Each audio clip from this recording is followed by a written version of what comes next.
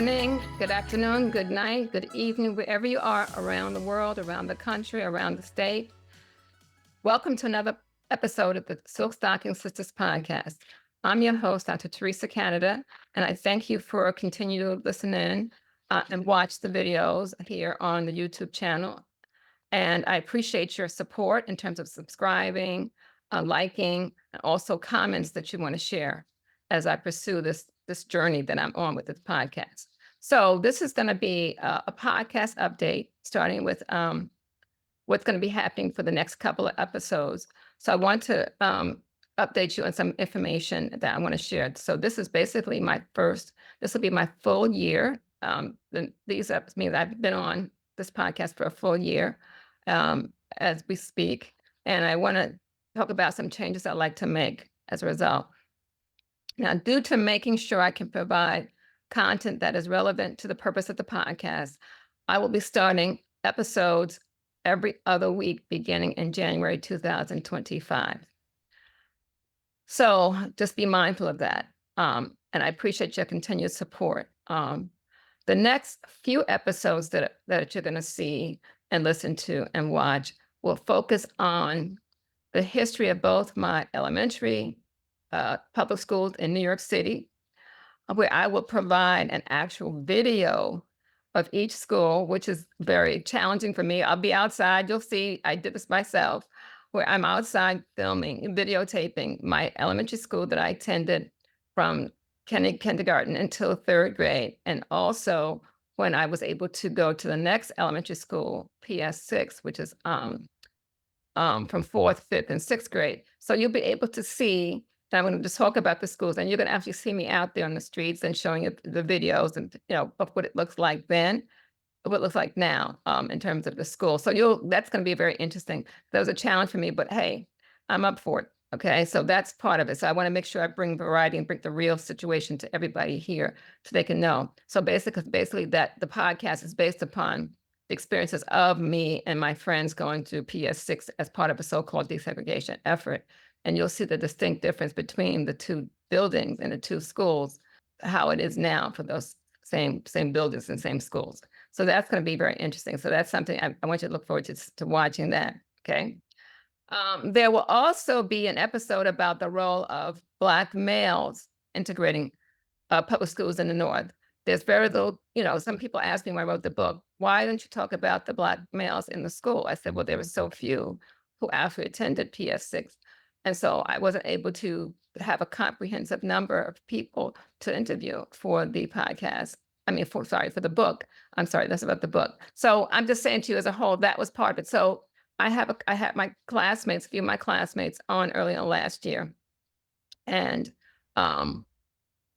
so this next couple of series, you'll see a couple of more Black males who are part of the effort. I'm reaching out, and fortunately, I've had some wonderful people to say yes. So I have one particular person who's going to be on an episode who was part of an integration process in the Boston public schools, and I think the early 70s. So that should be a very interesting story. He's a fabulous person, and he's a remarkable person in terms of what he's doing now as well. So look forward to that particular episode. And that was because of my efforts to try to reach out to some more Black males. So you'll see an episode where I'll be talking about why there was so little emphasis in Black males in the actual PS6 experience. And then you also listen to an actual person who actually was part of a desegregation effort in integration efforts, I'll say specifically in Boston public schools. So you'll see that, both of those, okay? Also, other topics that I'll be talking about is the role of Black teachers. It's a very significant discussion I want to have because I said my first Black teacher was my third grade teacher. And I think that set the standard for me to want to excel, being able to have her as my teacher from third grade. And I think if I had not had her as my third grade teacher, I don't know if I would have made it through the PS6 experience or the other experiences I've had in my educational pursuits from junior high school, which was called back then, high school, college, and post college. I had several degrees after my bachelor's degree. So I think that was a great foundation for me. Now, maybe for somebody else it was different, but for me, that gave me the incentive to be able to want to do what I'm doing and more and more. So I'll be talking about Black teachers' role during this process and what happened to them and their relationship, what was going on with them during this period of time. Okay. So other topics will include topics about the role of parents. Um, I talk about that in the book about specific parents. So I'll speak more specifically about parents' involvement and what they may have had to deal with or decisions that they made for the children. Because we weren't, 7, 8, 9 year olds weren't making decisions about what schools they were going to. It was the parents. In many cases, it was the mothers. I'm not saying that all, but and I know one person in the book, two people in the book, their father was instrumental in being the leader in terms of supporting them specifically. Because I know they were friends of mine, so I knew them well. So I'm saying their father was just point and front center. And if you read the book, you'll hear about one of the girls talks about her father's role, what he did for her, and following up at things at the school.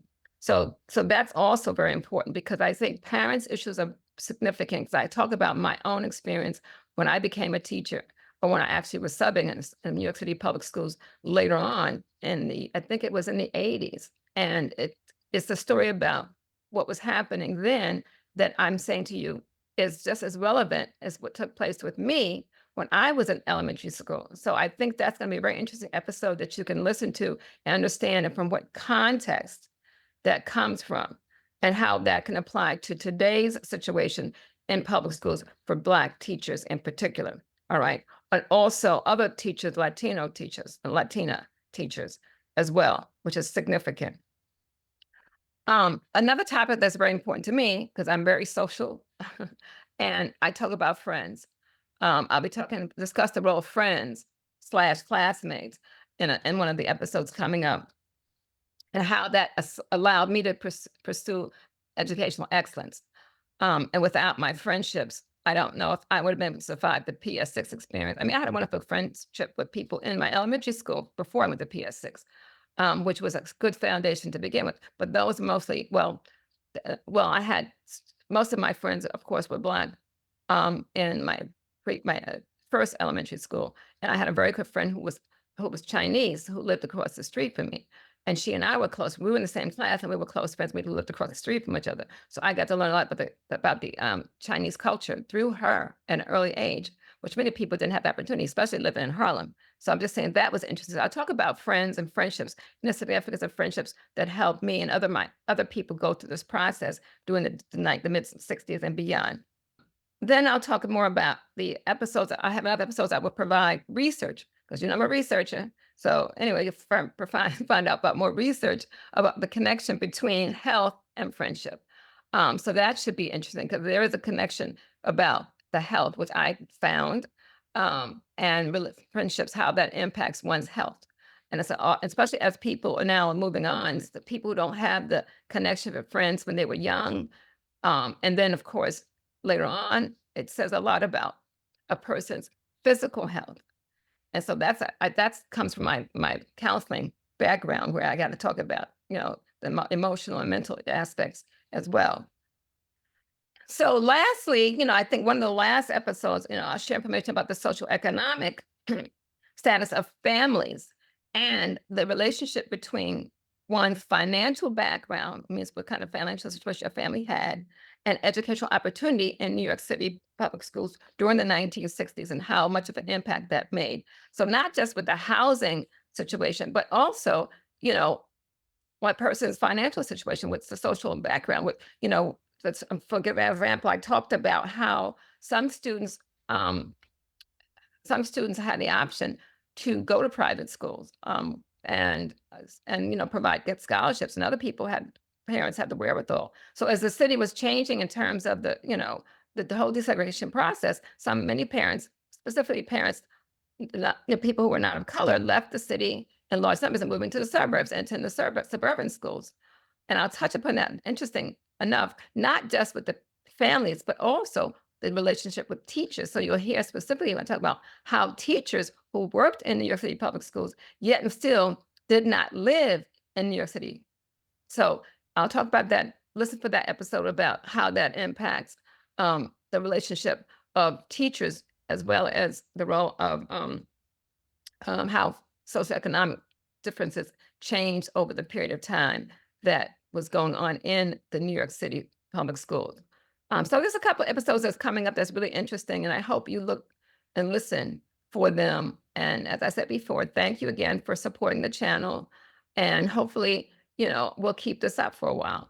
And I thank you again. So have a great day, great evening, great night, wherever you are around the world, around the country, around the state, around the city. Um, and thank you again for showing up for another listen in to the Silk Stocking Sisters podcast. Have a great day. Take care, everybody. Bye.